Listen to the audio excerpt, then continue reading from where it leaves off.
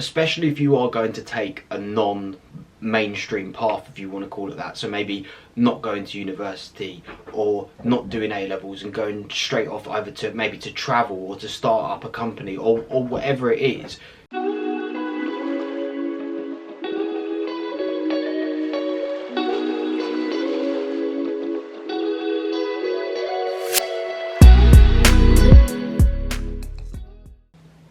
Hello guys, how are we? For those of you new here, I'm a psychology student trained to be a therapist, so on this channel we talk about positivity, mindset, well-being, mental health and all things like that. So if that sounds of interest, stick around. If you listen to any interviews or read books of any high performers, especially people like athletes, there are two traits that remain consistent. One, obviously, very, very hardworking, but two, quite often these people will describe themselves as being very selfish. If you think about it, with the time and effort and dedication that it requires to get to the top of any craft, but especially something like sport or business, it's near impossible to get there without being selfish. Because when these high performers talk about being selfish, they're talking mainly about being selfish with their effort and more importantly with their time. It's not about being selfish with their resources. They can't give all their time and effort to other things or other people that aren't their priority, because their priority is getting to the top of their craft, and that is what they focus all their time and effort on.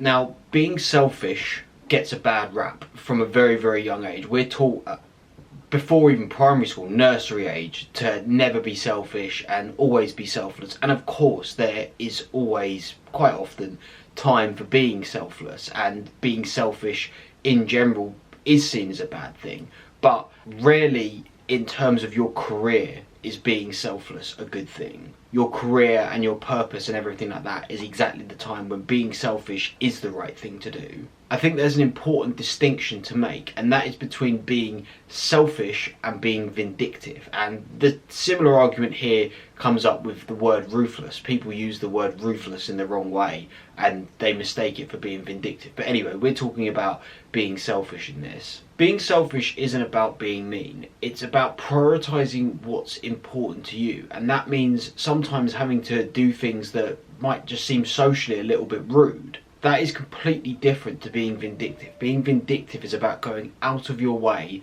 to make other people's lives or make something worse for someone else. That is completely different to being selfish. Turning down social events or invites or whatever it is because you have things to focus on isn't being mean. It is to an extent being selfish, but it is not being vindictive. It's about prioritizing what's important to you. And that was the point I wanted to make in this video. Doing these things won't always make you Mr. Popular. That's just the way it is. If someone's got their birthday the day before you've got a massive exam, yeah, you probably are going to have to say no to their birthday, because if you go out and get battered till 2 o'clock in the morning, you're not going to do well in that exam. That's going to put you back further down the line, which isn't what you want. That's not what your priority is. And that may not make you very popular with that person. Like, it is hard to be the social centre of attention and be the life of the party potentially when you can't always go to the party. And that is the difference with people that make it to the top. If you listen to these things, selfish maybe is the wrong word. It's more about sacrifice. But this is why having goals and priorities are so important, because it allows you to, I think justify is the wrong word, but if you're turning up to no one's parties, if you're skipping everyone's birthday and all these social events, or you haven't caught up with your friends in ages or whatever it is, but you kind of have nothing to show for it, you're just doing it because I'm sort of doing this, I'm sort of doing that, then yeah, you may as well just go to the party. If you're skipping someone's birthday party to sit in bed all night on Instagram when you said that you were going to be working, you may as well have just gone to the party. If you're not drinking because you're saying that you're on a diet, but you go home after that night out and have a pizza on the way back, you may as well have just had a few beers.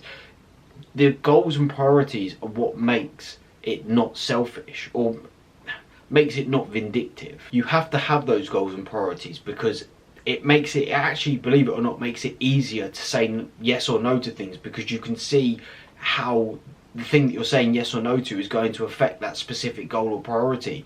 Whereas if you're just going through life not really sure what you're aiming for, then you don't really know what you do and don't want to do, and you end up maybe skipping things that you did want to do and going to things that you didn't. The reality is, if you don't build your future, someone else is going to build it for you, because that's just the way it is. Especially if you are going to take a non-mainstream path, if you want to call it that. So maybe not going to university or not doing A-levels and going straight off either to maybe to travel or to start up a company or whatever it is.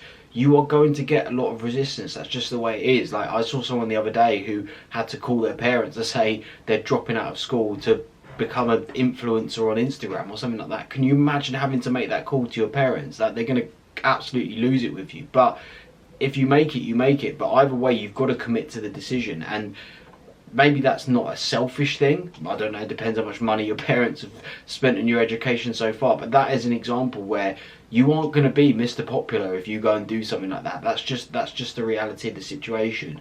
And I think this is such an important message, because when you're young, and I know I am still young in relative terms, but I'm talking sort of teenage, early 20s, it seems so important to be liked by everyone. It seems so important to be the popular kid at school or at university or wherever it is you are. But as you get older, you kind of realise that it's so childish is the wrong word, but irrelevant, I guess, is the fact. When you're in school or in university, or even maybe a bit older and you're in an office, if you're in that ecosystem, it seems so important to be the king of that castle, if you want to call it that. But once you leave school and go out into the real world, you realise how absolutely unimportant it is to be Mr. Popular at school. And there is a lot of research that sort of shows the kids that were really popular in school don't do well in the rest of their life, because they never learned to face resistance. They were so used to just being the king of everything, being Mr. Popular or whatever, that when they went out into the real world and maybe didn't get a job, or they weren't the most senior person in the office, because you're not going to go in and be Mr. Popular once you actually go and get a real job. You're new there.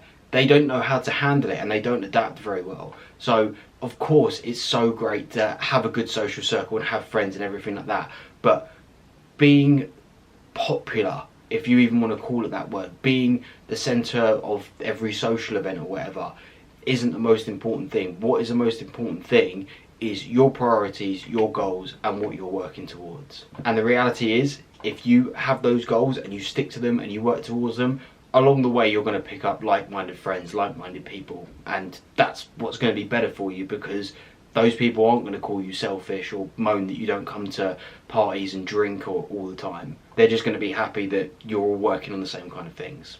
Thank you for making it all the way to the end. I do appreciate you guys who stick around. If you did find any of it useful, please do consider liking and subscribing. As always, my socials are always in the bio.